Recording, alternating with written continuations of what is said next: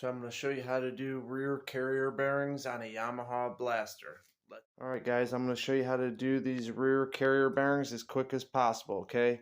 I took both tires off. Then I removed the left hub.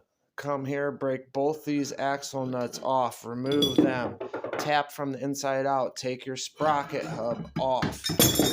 Come over here, 2 bolts, take the caliper off the rotor. If you have a dust seal left, take these little snap rings loose, slide that dust seal off, slide your rotor over, then you're going to be able to tap from here and tap, tap, tap, and get this axle to slide completely out. Then from there, you'll have these rubber dust seals in here. You can reach in with a little hook and pop these out. Then reach in with a long punch or a snap-on flathead screwdriver from each side. Tap, tap, tap. Pop that one out. Reach through here. Tap, tap, tap. You get that tore apart. Put your bearings and seals back in. Reassemble, and you're ready to rock and roll. Cheers.